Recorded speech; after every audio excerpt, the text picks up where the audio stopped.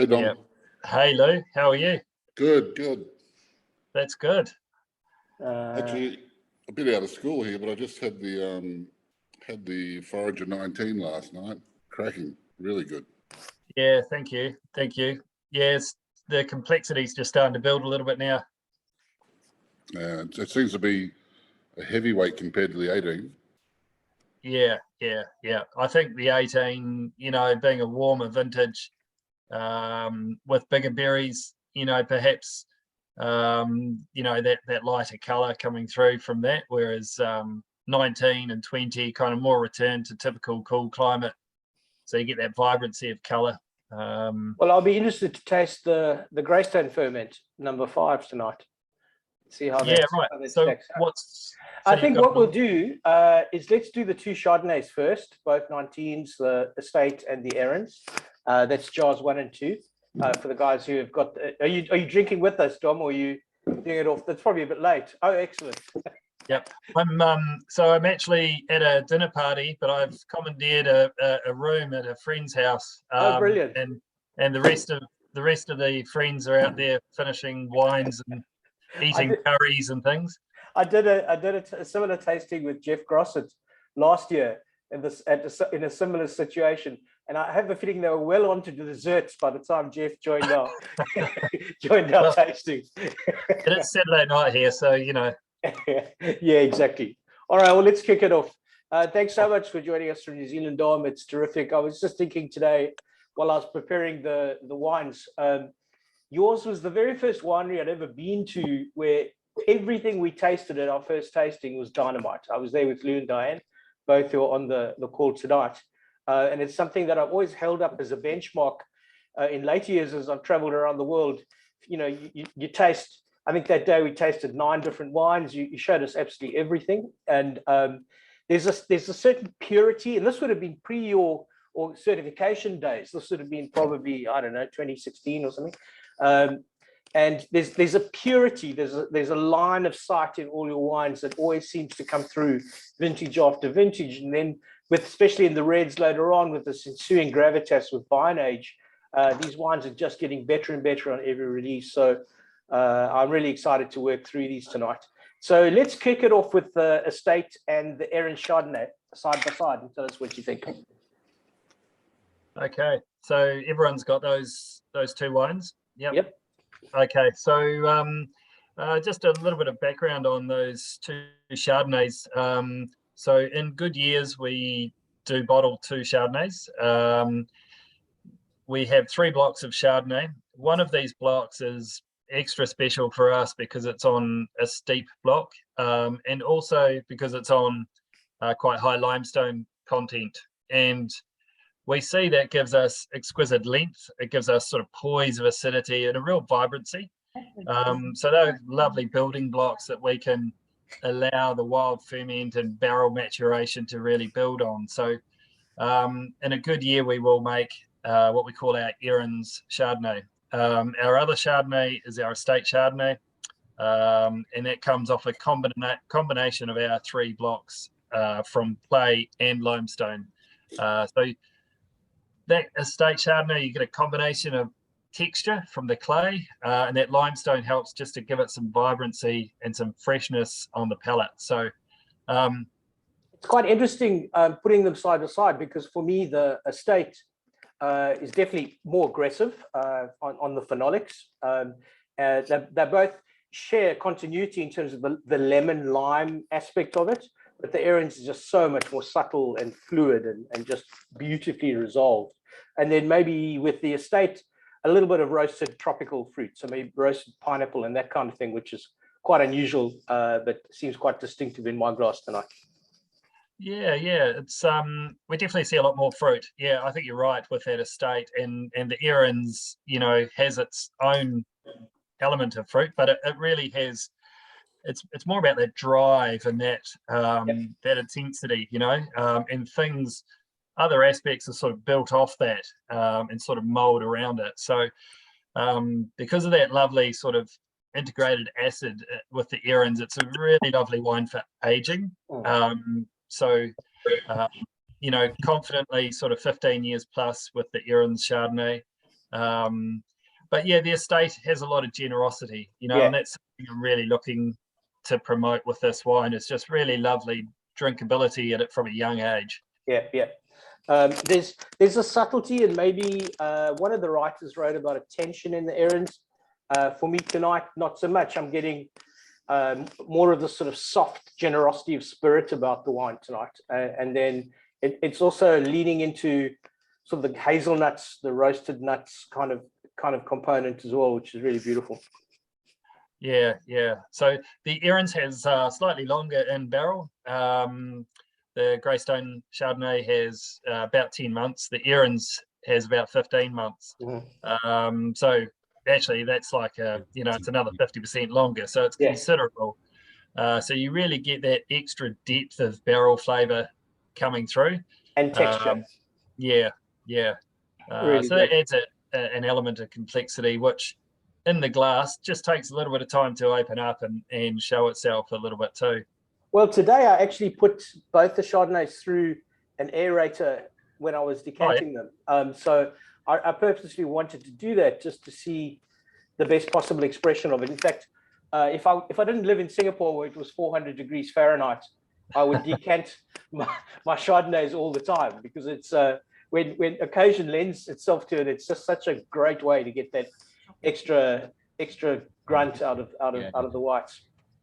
Yeah, I agree. I guess it's tricky over there, you know, because with Chardonnay, we often quite like it at room temperature in New Zealand, but you've got a sort of that fine balance, haven't you? Room temperature being pretty warm. So I reckon if you pour your wine too cold here in Singapore, you go 5 to 6 minutes before it's fine. So I never tend to have that high on my list of concerns. It's the other way. Yeah. So, mate, in terms of yields with the Erin's, what sort of yield are you pulling off the vines? Are you selecting it in a different way? Yeah, so that block is naturally low yielding. Being on a hillside means that the water doesn't hang around, you know. So it's low moisture, which means small grapes. And being on the hill means also exposed to more wind, which also means smaller bunches. So it's a 1 hectare block, and we're generally looking around 3 to maybe 3.5 tons. 4 tons is a good vintage for us, but certainly we've had 2.5 tons. So you're talking between 1 and 1.5 kilos per vine. So it's very low cropping, you know, and that helps us with the intensity in the wine as well, obviously. Yeah. With the success of your wild ferment Pinot Noir, have you ever thought about a wild ferment Chardonnay, or is that tempting fate? No, I have thought about it. Yeah, absolutely. Look, Robert, I'd love to do more of them. I know, and I guess the thing that works so well with Pinot Noir is that it's a open air fermentation. You know, it's an open top. With Chardonnay, it's a barrel fermentation. So we're not fermenting on skins, so you don't have that natural protection from air. Right. We could take barrels up there, but whether or not I'm not discounting it. I'm still digesting it. Yeah. It just occurred to me when I was tasting the Pinot, we'll get on to it in a second, was if it's possible to bring that sort of that dimension to Chardonnay in obviously would be in a different way in terms of the winemaking process, but it'd be super interesting to see what would result from that. Yeah. For me as a consumer to ask the question, it's an entirely different thing as a winemaker, I'm sure. Well, you know, when we embarked on that vineyard ferment with Pinot Noir, we really didn't overthink it, and I think that was one of the beauties, because if you do start to think about all the ramifications, then you may never do it. So I think you can get paralysis by analysis, and probably just going and giving it a crack is the best thing to do. Best way to go about it. Yeah. All right, let's look at the Pinots. Now, I'm super. This is the very first time I've ever tasted the Nor'Wester. Is this the first release of the Nor'Wester? Can you remind me what vintage you've got there? We're looking at 18. Oh, no, it's not the very first release. No, we've had previous release. So okay. Yeah. So 2018 was a warm vintage. So generally the wines have got good approachability because of that, slightly lower acidity than say 17 or 19. And the Nor'Wester Pinot Noir is a Pinot that we wanted to make in a style that allowed people to drink Pinot young without the need to decant, for example, at a price point that was attractive, perhaps more everyday drinking, depending on your budget, of course. If you can afford to drink the other Pinots every day, then that's brilliant. But the Nor'Wester was a wine that I wanted to show our true North Canterbury style, which is savoury, Right. a little bit of dried herb, not all about fruit, some slightly earthy characters as well. But I wanted to show that in a package that was ready to go, and at a price point that was friendly as well. So a good starting point for our range of Pinots. So maybe speaking more of cherries, that sort of light red end of the spectrum, maybe that's where it's showing today for me. Yeah, no, I'd agree, Robert. I mean, I think that's, I'm quite keen on the wine showing the season, and that's definitely the season coming through. So certainly, if you drink my wines 3 vintages in a row, you'll see a character that's the same, but you will see some seasonal variation come through. And so that cherry, that lighter color, lighter intensity is definitely a seasonal thing. And I've just grown, just love that element of wine, where you do get that seasonal aspect coming through. Yeah, and after all, that's what it's all about. I think for so many years, many people were making a wine to a formula. Let's get this wine to taste like this every year, no matter what. And obviously, the zeitgeist has changed against that way of thinking, and it's now about reflection of place rather than production of place. It makes a big difference. Yeah, totally. And I think if you've got a grape grower or winemaker that can talk to it, then all the better as well, because we want people to go on a journey when they're drinking our wines, and part of that is where it's grown, who was involved, but then you've got the season. It's such a massive part, and I think it wouldn't be doing kind of our philosophy any justice by sort of trying to doctor it by bringing it too close to the previous vintages. I think maybe thinking about the herb spectrum of this wine, it's showing for me more dried herb involvement than a fresh. Is that reflection of vintage as well, or is that just something I'm picking up? Yeah, no, absolutely. And I actually, I saw that in the 2018 Greystone Pinot Noir. It's more of that dried herb character as well. So and I'm wondering if those phenolics and the fruit component, if that translates in some way to the finish of the wine, because I'm also in this wine picking up a definitive sense of dryness in the finish. It's got a really I'm not expressing myself terribly well, but there's the structure and the form of the wine is very defined, and I was wondering if in the 19 is that different as a function of vintage change? Yeah, it is different. So and I think with the 18, because of the relatively rapid ripening of the fruit because of the warm season for us,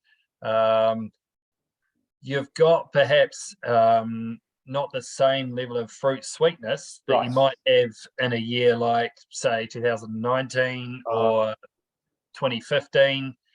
Where so 2018, it has got that true dryness. I know what you're saying, and I feel that as well.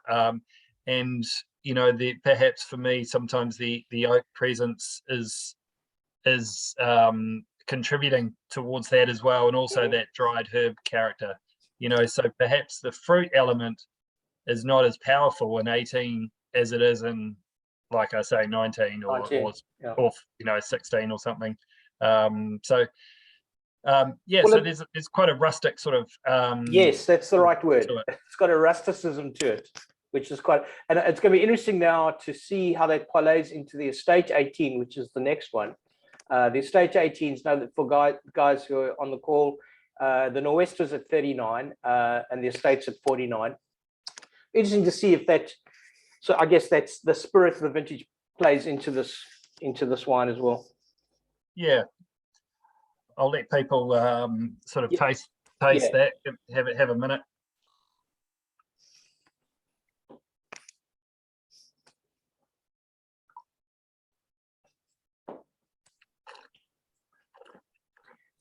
Oh my goodness, that's nice. No, there's an elevation to the estate that's fantastic. Obviously, it's a more expensive price point. It's very nuanced. There's a silkiness to it, and a lovely sort of wetness to the palate. Not the right expression either, but a really easy, soft, rolling perception in the flavor of the wine. Yeah. I think you see that step up. Not only in intensity, but also in layers and complexity of the wine as well. And I think there's a finesse, like a laciness almost in the wine that differentiates itself from the Nor'Wester. Yeah. I agree. I mean, the fruit quality is excellent off the hillsides at Greystone Vineyard, and there's what I like to promote in these wines is the natural sort of balance and harmony in the fruit, and let that come through in the wine. And I think the 18 vintage for me, this wine really shows the best of the 18 vintage. There's good balance there, and I really enjoy smelling the 2018. It's got genuine complexity for me, but not winemaker complexity. It's not like we did things to this fruit to get that complexity. It's allowing that natural earthy quality come through in the fruit and just letting that speak in the glass. So to that point, there's a question from Derek. How does the terroir differ between the Nor'Wester and the estate? The actual soils. I'm sure altitude-wise they're different, but soils. So the Nor'Wester is predominantly gravels with some clay. So typically, just to give a wee snapshot on that, the gravels often gives quite robust tannins in our area, whereas clay gives a more textural sort of spelt feeling. Greystone Pinot Noir is clay over limestone and sandstone. So perhaps more closely aligned to sort of the holy grail of soils that you're looking for with this variety. The clay is great for texture, and limestone wonderful for length, and sandstone's really beautiful for lift on the nose. So they're quite, even though they're only let's say a kilometre apart, the soils are very different. And because one is on the hillside, it sees more sunshine. And clay has a different water holding capacity than gravels, obviously. So that clay vineyard, we don't irrigate. And so the vines have to work hard for their water, but they do get it from the clay. They get small amounts. Whereas in the gravels, it needs to be irrigated. Otherwise, the vines don't survive. So where we are anyway. So it's a bit like the Marlborough, terroir.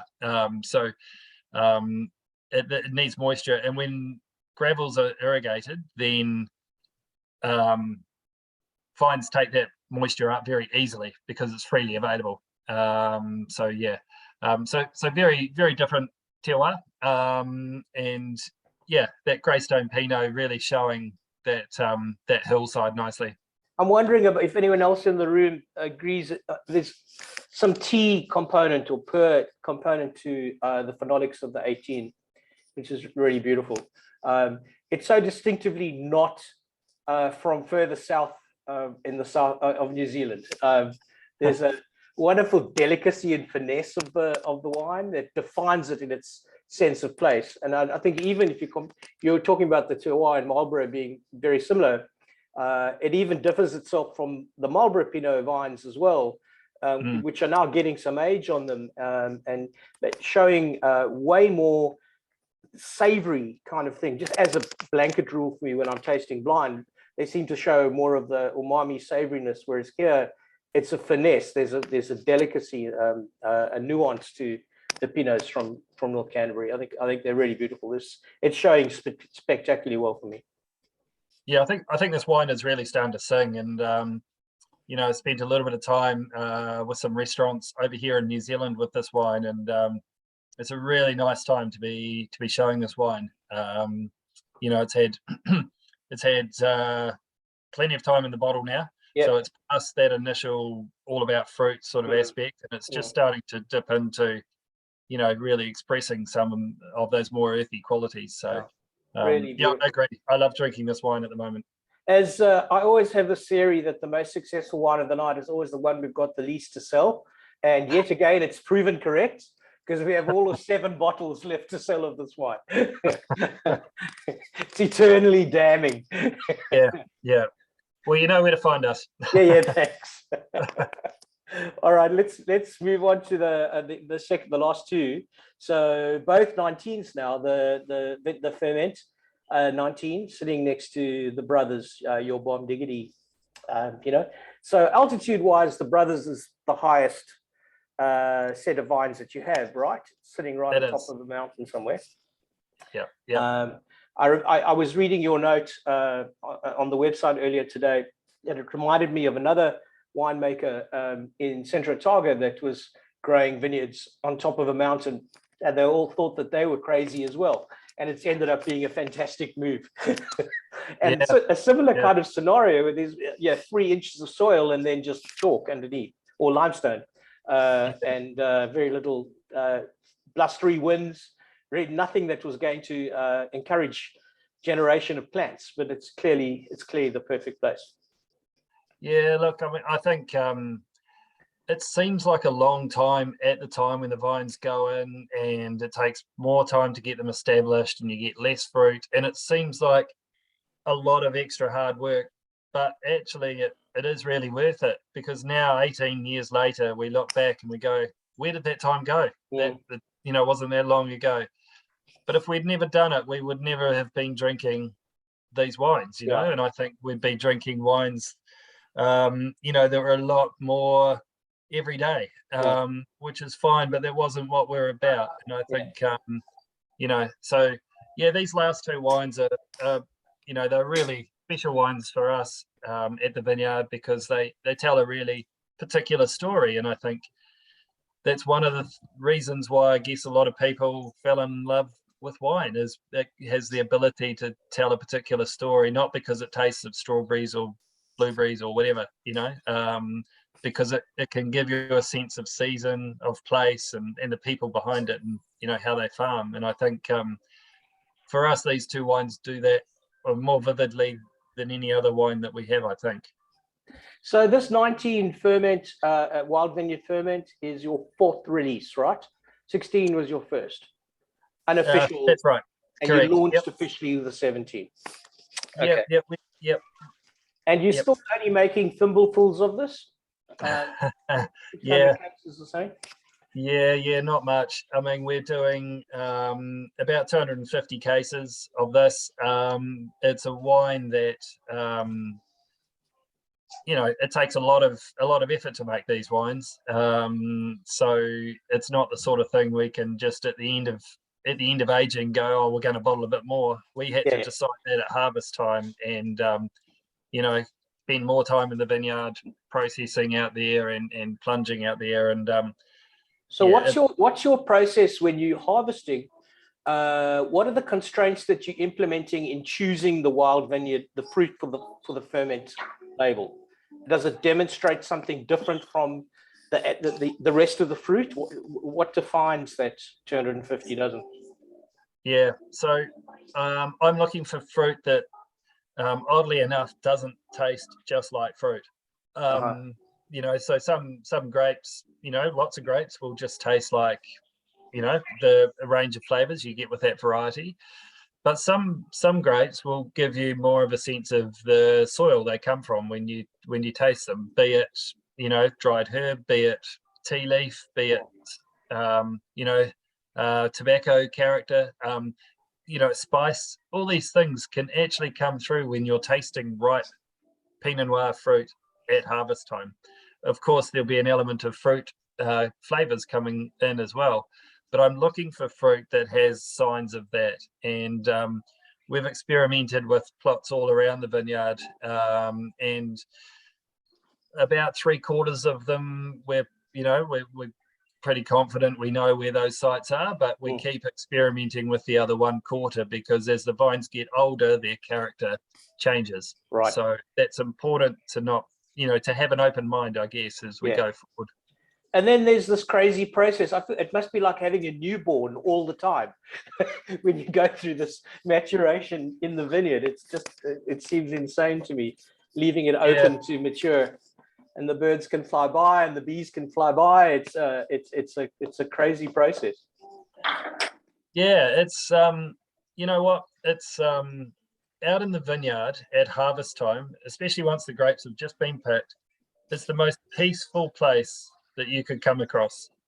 So the tractors are gone, the workers are gone. Right. You go into a winery at harvest time, and you would have seen it.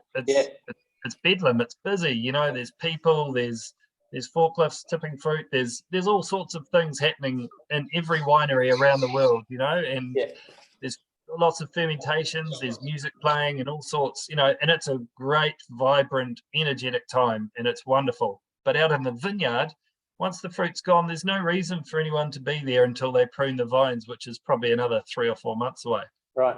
So when Dom, if I may, Yes.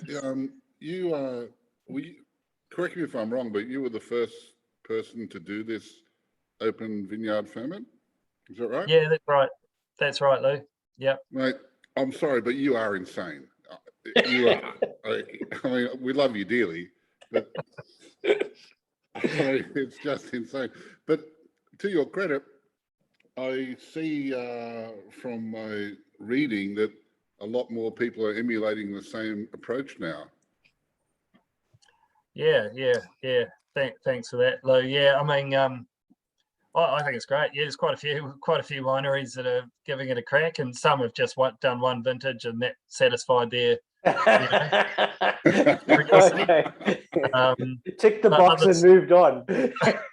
Well, it just seemed too hard, I think, for and if you're small enough and kind of can react quickly like we can, because we're pretty small, then you can achieve it. But no, some have carried on. I don't think anyone's bottling one by itself, so it's just something they do for interest.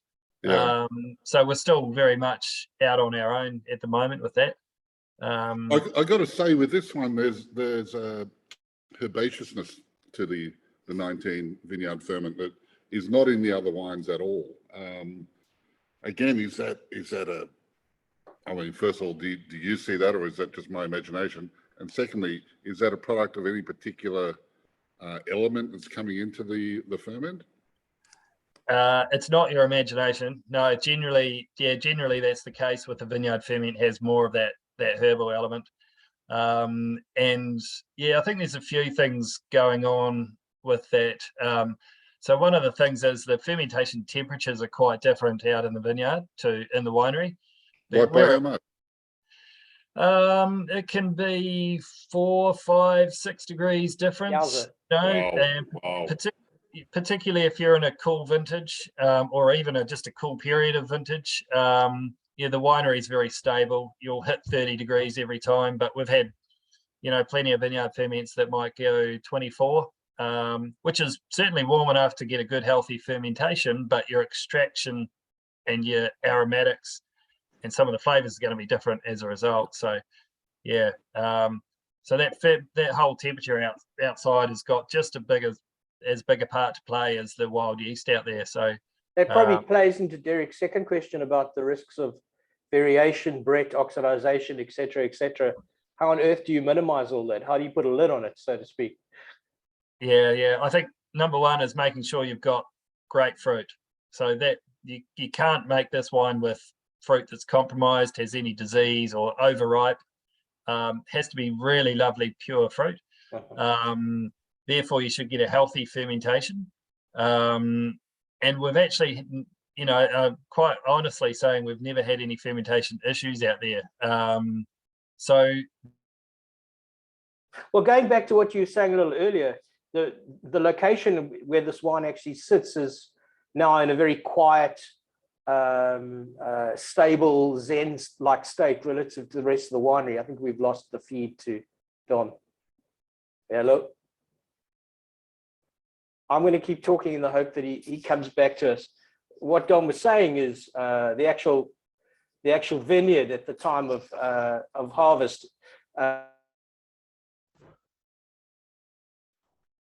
Back. Hello. Once it's had about a month on skins, we bring it. That's when we do bring it into the winery. But it's finished its really transformative process of fermentation outside. So. It's under our watchful eye from then on. It gets topped like every other barrel would get topped. So yeah, we give it extra attention. I think it's an extraordinary achievement, but that herbaceousness is very obvious in the whole thing. Anyway, I suppose we should move on to the Erins now. Yeah, the brothers. Back. Yeah.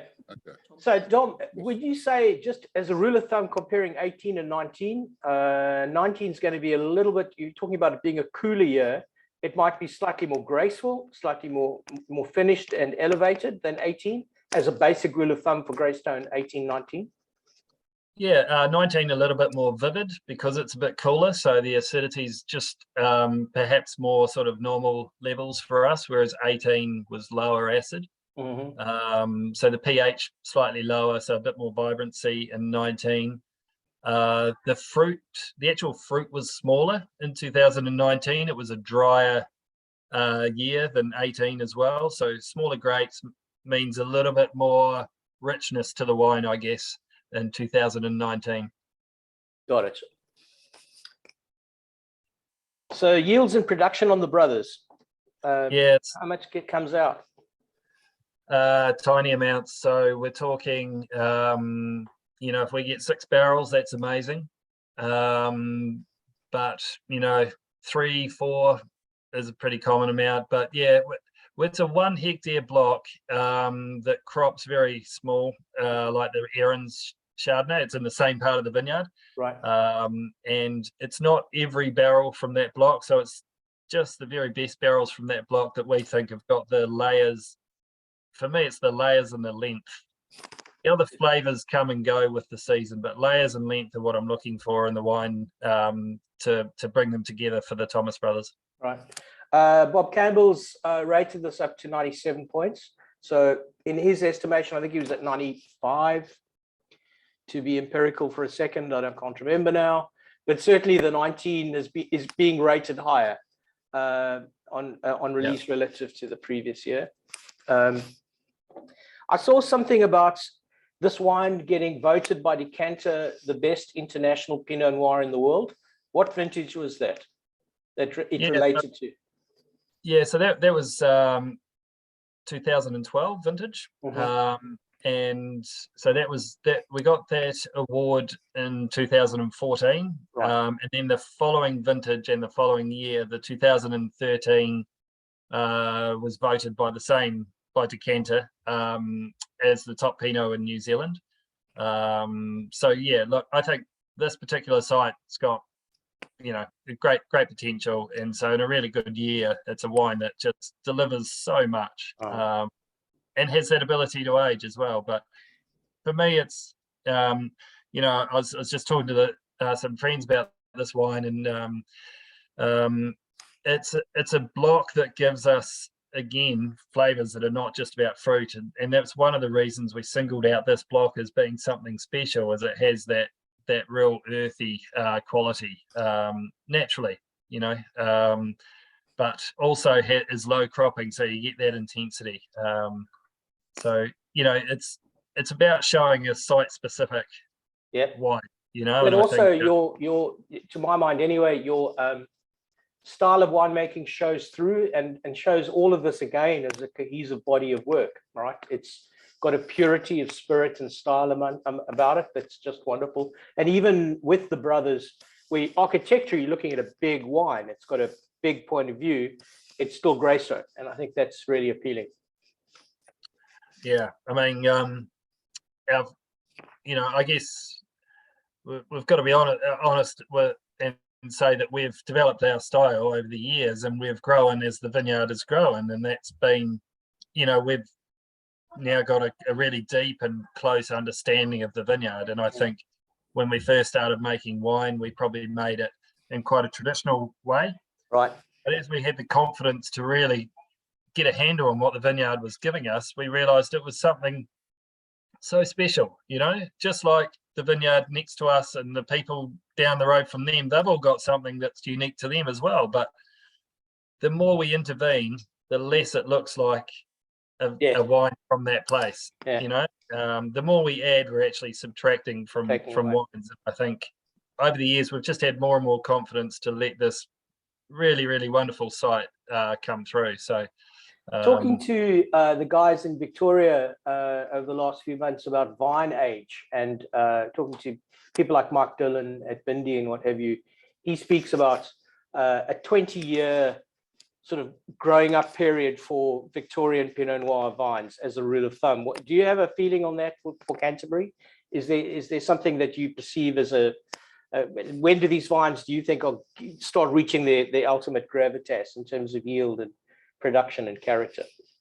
Hopefully in my lifetime. I think, I mean, we're seeing it. We're seeing it, I've been fortunate enough to be there since the vines first went in. So I'm lucky to have seen that evolution. And it's not there and not there, and then it's there 1 year. It's a gradual thing, and I think, and some parts of the vineyard happen more quickly, others take longer. Depends how the vineyard's managed. But I think you're looking at, you really want vines in the ground for 15 years to start to get some good structure. But 15 years in a vineyard that's irrigated all the time is different to 15 years in a vineyard that's not, and we like to think we're sort of fast tracking that ability of our vines to tap into that interesting soil. So, you really get that lovely structure. But there's more and more vineyards now hitting that sort of 20-year mark around North Canterbury, and as a consequence, the wines are getting more interesting. Yeah, absolutely. All right, before we let you go, are there any questions from anyone else on the floor? Nothing in the chat box? Nothing in the chat box. Nothing in the chat well box. behaved today. Congratulations on your carbon neutrality. I believe next year you achieve it, right? So next year you're carbon neutral. And there was another thing, something independence, and I had not read that before. Bugger it, I didn't write it down. It's carbon neutrality, some sort of functional independence in the winery. Your marketing guys must have written it. I was very impressed. Well, so carbon neutral, but we're practicing quite a lot of regenerative agriculture, which is so just getting the soils back to what they might have been. Rob, there's a question from Troy. Favorite wine of the selection. What's your favorite of this selection? It's like asking Lou to choose a favorite daughter. Oh, he's got one. I've got none. I hate them all. They're horrible. They're all expensive. They're horrible. Well, my wine that holds a really special place for me is our Vineyard Ferment. Vineyard Ferment Pinot Noir. I know the wine so intricately and just feel so attached to that wine that it's a special wine for me. Excellent. Great. Well, thanks so much, Tom. What are you drinking at the moment when you don't drink Greystone? Well, actually, we've got about 10 bottles of wine open, but the wine we've got I think we've got 3 German Rieslings open. We've got Riesling. We've got a Greystone Riesling. We've got a Thomas Brothers. We've got an Alsatian blend from Waitaki. We've got a rosé from Provence. We've got just bits and pieces that people have brought. So it's a lovely night. Sounds like the best thing. We won't keep you from it any longer. Thanks so much, and Thanks I hope to see you for real one of these days in Singapore or in New Zealand. Yeah, or down here. Absolutely. Yeah, sure. Thanks. Thank you, everyone. Thanks so much, Don. Thank you. Okay. Good night. Cheers, Don. Good night. Bye. Guys. Thanks, everybody. Enjoy your weekend. See you next week. Bye. Bye.